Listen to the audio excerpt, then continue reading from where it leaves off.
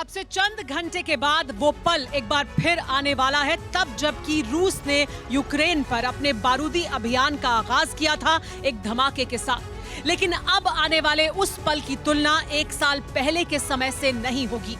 अब जो होने वाला है वो इतिहास में एक अलग रूप में दर्ज किया जाएगा। 2023 में पुतिन दुनिया को अपनी न्यूक्लियर ताकत भी दिखा सकते हैं और ये कोई अनुमान या आशंका नहीं है, ये सीधी धमकी पुतिन ने ही दी है। अंतिम चरण में तैयारी, न्यूक्लियर थ्रेट जारी।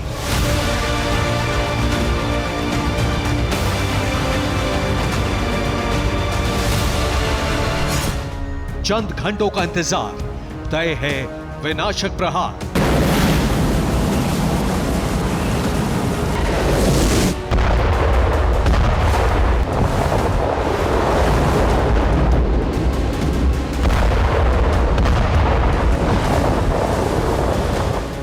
इतिहास के पन्ने में दर्ज बारूदी तारीख 24 फरवरी 2022 सिर्फ जंग की शुरुआत के लिए याद नहीं की जाएगी, बल्कि इस तारीख को भविष्य में महाविनाशक जंग की शुरुआत के लिए भी याद किया जाएगा।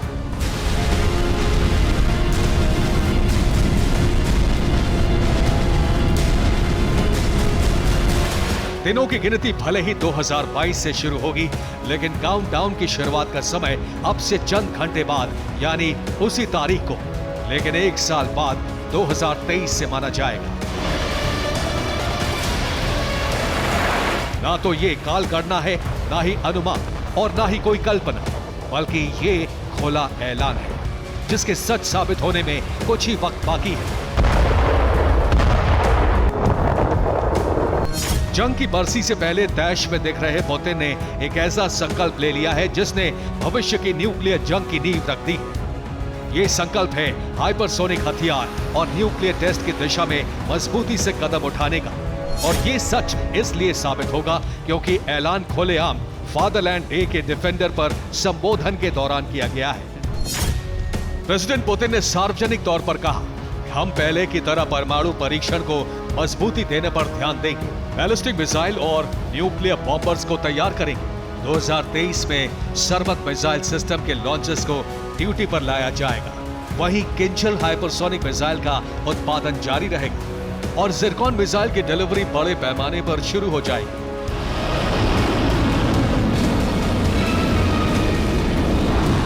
मतलब साफ है कि प्रेसिडेंट पुतिन ने पूरी दुनिया के लिए न्यूक्लियर चेतावनी जारी कर दी और मुमकिन है कि इस चेतावनी का पहला ट्रेलर अब से चंद घंटों बाद उस वक्त पर दिखे जिस वक्त पर रूस ने यूक्रेन पर बारूदी बारिश की थी। और रूस जब न्यूक्लियर वॉर की असली फिल्म रिलीज करेगा तो दुनिया एक ऐसे युद्ध में जा चुकी होगी जो दुनिया को महाविनाश की तरफ ले जाएगा। प्रेसिडेंट पुतिन ने साफ साफ कह दिया है कि रूस अपनी न्यूक्लियर फोर्स पर ज्यादा ध्यान देना जारी रखेगा। प्रेसिडेंट पुतिन ने यह भी साफ कर दिया कि जिरकॉन मिसाइलें जो कि हाइपरसोनिक मिसाइलें हैं उनकी डिलीवरी भी शुरू करेगा। इसके अलावा इसका सीधा सीधा संकेत प्रेसिडेंट पुतिन ने यह दिया कि न्यूक्लियर फोर्स के टारगेट पर अमेरिका समेत कई और देश भी मौजूद हैं। यानी चंद घंटों बाद जो दिखने वाला है वो भविष्य को कितना विनाशकारी बना रहा है, ये कल्पना होना भी दहशत से भर देता है। दरअसल ये महाविनाश की जल थल नभ वाली मुनादी है। आखिर कैसे, इसे 3 बिंदुओं के आधार पर समझिए। 3 प्लेटफॉर्म पर न्यूक्लियर तैयारी को मजबूत करना, इंटरकॉन्टिनेंटल बैलिस्टिक मिसाइल्स को तैनात करना, हाइपरसोनिक मिसाइल की आपूर्ति बड़ी मात्रा में करना। इसमें भी सर्वत मिसाइल को वॉर रेडी मोड में तैनात करने का ऐलान। ये बताता है कि रूस बरसी की तारीख पर तबाही तो मचाएगा ही, लेकिन नेटो की एक भी हलचल न्यूक्लियर युद्ध की शुरुआत के लिए काफी होगी।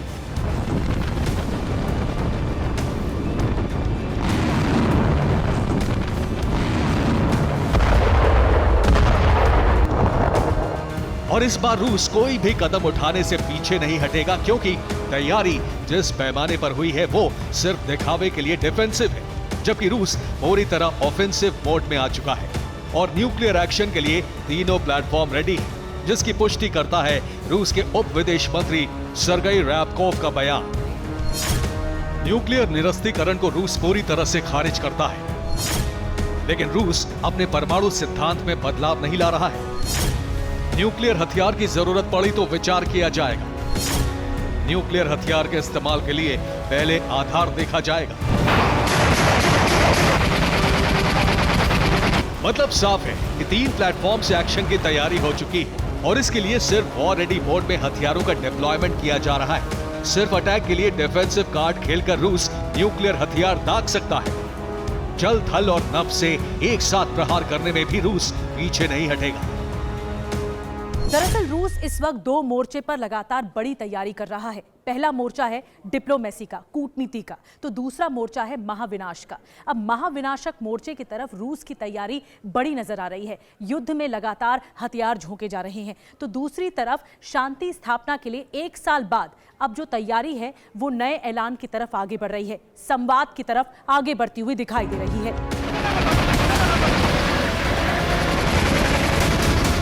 हालांकि बातचीत के दरवाजे खुले रखना किसी भी जंग का पहला रास्ता होता है, इसलिए रूस ने इस दिशा से अपने कदम कभी पीछे नहीं खींचे।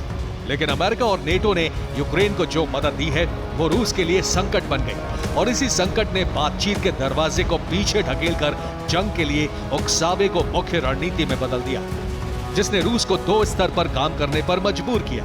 और हालात अब यहां तक पहुंच गए कि जंग के 1 साल पूरे होने पर भी बारूदी बिसात वैसी ही सची हुई है, जिसका सबूत है यूके में रूसी एम्बेसडर का बयान। ब्रिटेन में रूस के राजदूत आंद्रे केलन के मुताबिक रूस किसी भी समय शांति वार्ता के लिए तैयार है। पिछले साल अप्रैल में भी रूस ने कोशिश की थी, लेकिन यूक्रेन के एक तरफा फैसले की वजह से पीछे हटना पड़ा। यूक्रेन के पीछे हटने का कारण यूरोप से मिला आदेश था, लेकिन अब भी यूक्रेन की तरफ से शांति की पहल नहीं हो रही। अब अगर रूस के अस्तित्व पर खतरा आया तो न्यूक्लियर हथियार का इस्तेमाल तय है।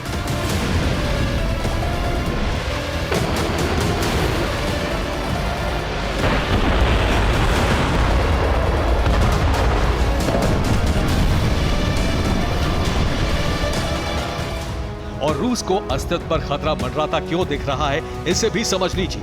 दरअसल यूक्रेन को पश्चिमी देशों से ऐसे लॉन्ग रेंज वेपन्स मिल रहे हैं जिनका इस्तेमाल रूस के अंदरूनी इलाकों को टारगेट करने के लिए किया जा सकता है।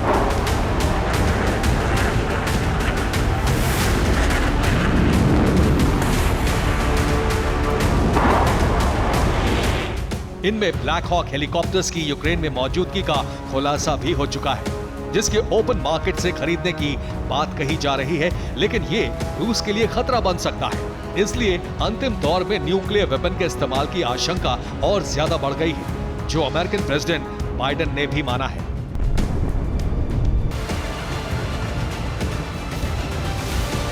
यानी अमेरिकन थिंक टैंक्स और रक्षा विभाग भी इस आशंका से चौकन्ने हैं कि रूस अब न्यूक्लियर हथियारों का इस्तेमाल कर सकता है, और ये हथियार सिर्फ यूक्रेन पर या यूक्रेन को मदद देने वाले रास्ते पर इस्तेमाल नहीं होंगे, बल्कि इन हथियारों का इस्तेमाल उन देशों पर ज्यादा हो सकता है जो न्यूक्लियर ताकत रखते हैं और रूस से मुकाबला करने की ताकत रखते हैं। यही वजह है कि रूस ने अब तक हथियारों की तैनाती का एक पूरा जाल बिछा दिया है, जिसमें समंदर, जमीन और आसमान से लॉन्च होने वाले हथियार ऐसी जगह तैनात किए हैं जिनकी भनक भी रूस के दुश्मनों को नहीं है।